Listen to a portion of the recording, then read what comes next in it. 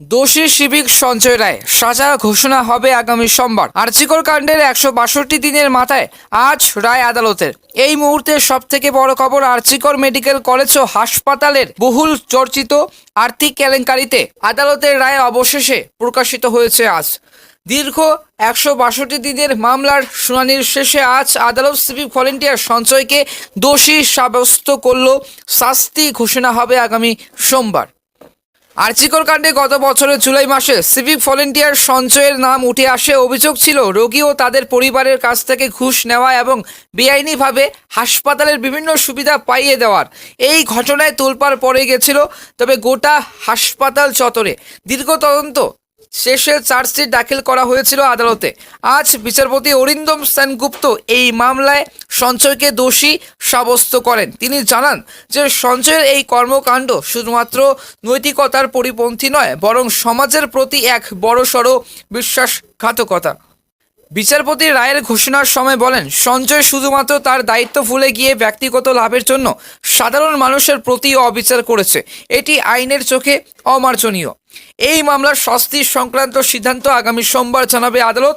কৌশলী পক্ষের মতে অভিযুক্তের এই যে শাস্তি কমপক্ষে 5 বছরের কারাদণ্ড হতে পারে। অন্যদিকে সঞ্জয়ের যে আইনজীবী আদালতের কাছে লঘু শাস্তির আবেদন জানিয়েছেন। ঘটনার পর থেকে সিভিক ভলেন্টিয়ারদের ভূমিকা নিয়ে প্রশ্ন উঠেছে। অভিযোগকারী পক্ষ এবং সাধারণ মানুষ আদালতের এই রায়কে স্বাগত জানিয়েছেন। অনেকটাই মনে করছেন এই দৃষ্টান্ত অন্যদের সতর্ক করবে এবং প্রশাসনের প্রতি সাধারণ মানুষের বিশ্বাস ফিরিয়ে আনবে। তবে এই মুহূর্তে কি খবর নিয়ে এবং কি আপডেট নিয়ে সে আলোচনা হলো এবং শিয়ালদহ আদালতে, তবে এই মুহূর্তে সবটাই জানাবো আজকের এই ভিডিওতে। তো বন্ধুরা, আপনারা দেখছেন ভারত এক্সক্লুসিভ। আজকের এই ভিডিওটি কিন্তু অবশ্যই প্রথম থেকে শেষ পর্যন্ত দেখবে।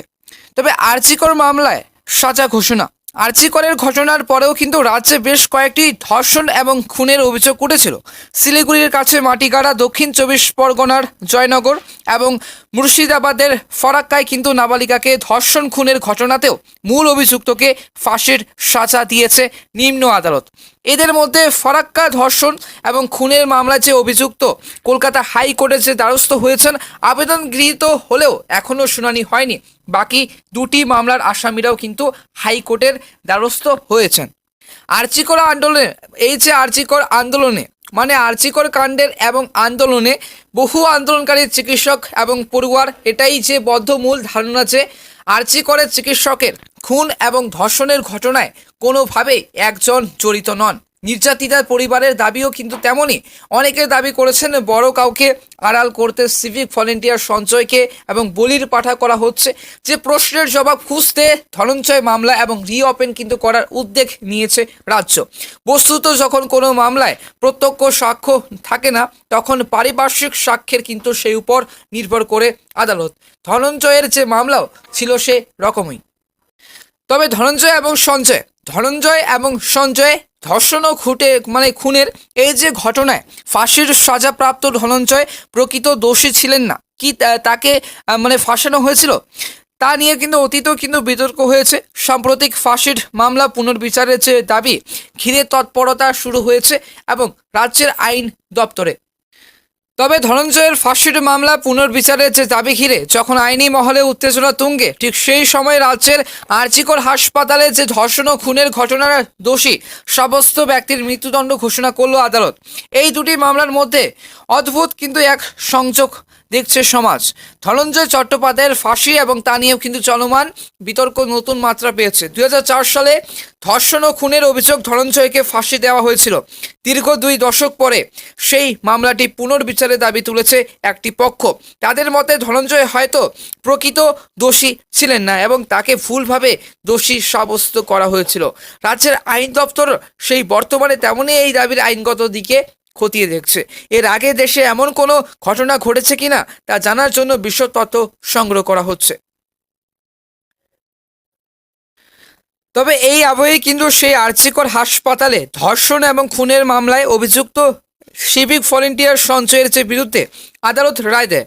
বিচারপতি অরিন্দম সেনগুপ্ত অভিযুক্তকে মৃত্যুদণ্ডে দণ্ডিত করেছেন। আদালতের পর্যবেক্ষণ অনুসারে এই এই নৃশংস অপরাধ শুধুমাত্র ব্যক্তিগত নৈতিকতার অবক্ষয় নয়, বরং সমাজের প্রতি এক গুরুতর আঘাত। দোষের শাস্তি সমাজে একটি বার্তা দেবেছে এমন অপরাধের কোনো জায়গা নেই। তবে চিকিৎসকের ধর্ষণ খুনে আলোচনায় ধনঞ্জয় কাণ্ড। গত বছরের আগস্টে আরজিকর কাণ্ডের পর বিভিন্ন প্রেক্ষিতে আলোচনায় উঠে এসেছে ধনঞ্জয় কাণ্ড। মুখ্যমন্ত্রী মমতা বন্দ্যোপাধ্যায় বলেছিলেন, ধনঞ্জয়ের যে ঘটনা মনে আছে তো, দোষীর সাজা পাক, কিন্তু দেখতে হবে নির্দোষ যেন সাজা না পান। প্রসঙ্গ ধনঞ্জয়। আরজিকর মামলার সঙ্গে বারবার ধনঞ্জয় চট্টোপাধ্যায়ের ফাঁসির প্রসঙ্গ উঠে এসেছে।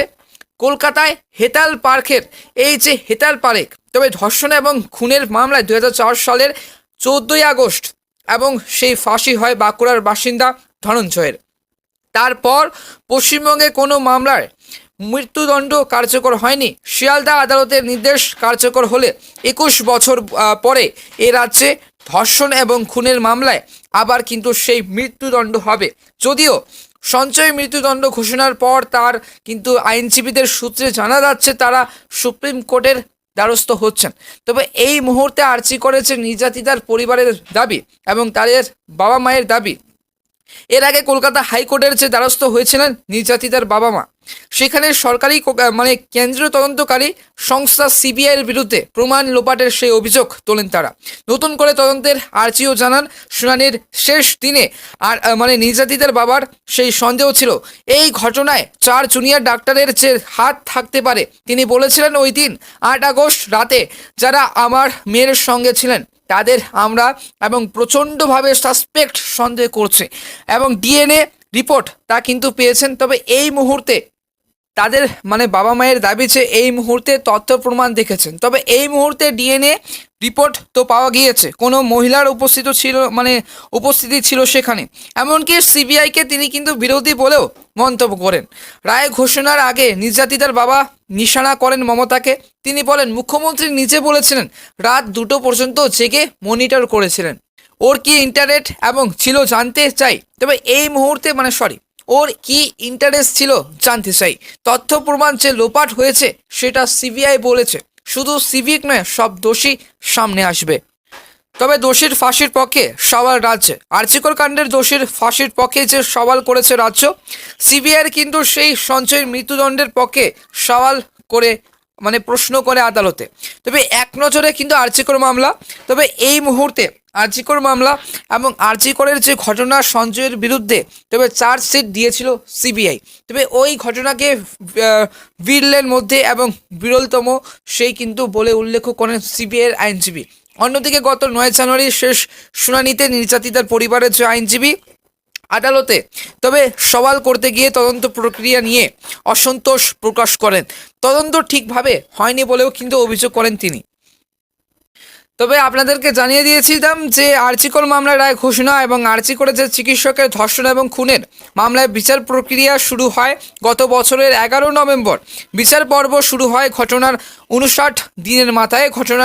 এই যে ঘটনার 162 দিনের মাথায় রায় ঘোষণা করলো আদালত আজ। তবে এই মুহূর্তে দোষী সাব্যস্ত হলেন আরজিকর মামলার ধৃত সিভিক ভলেন্টিয়ার সঞ্জয় রায়। দোষী সাব্যস্ত হলেন আরজিকর মামলায় ধৃত সিভিক ভলেন্টিয়ার সঞ্জয় রায়। রায় ঘোষণা হবে আগামী সোমবার।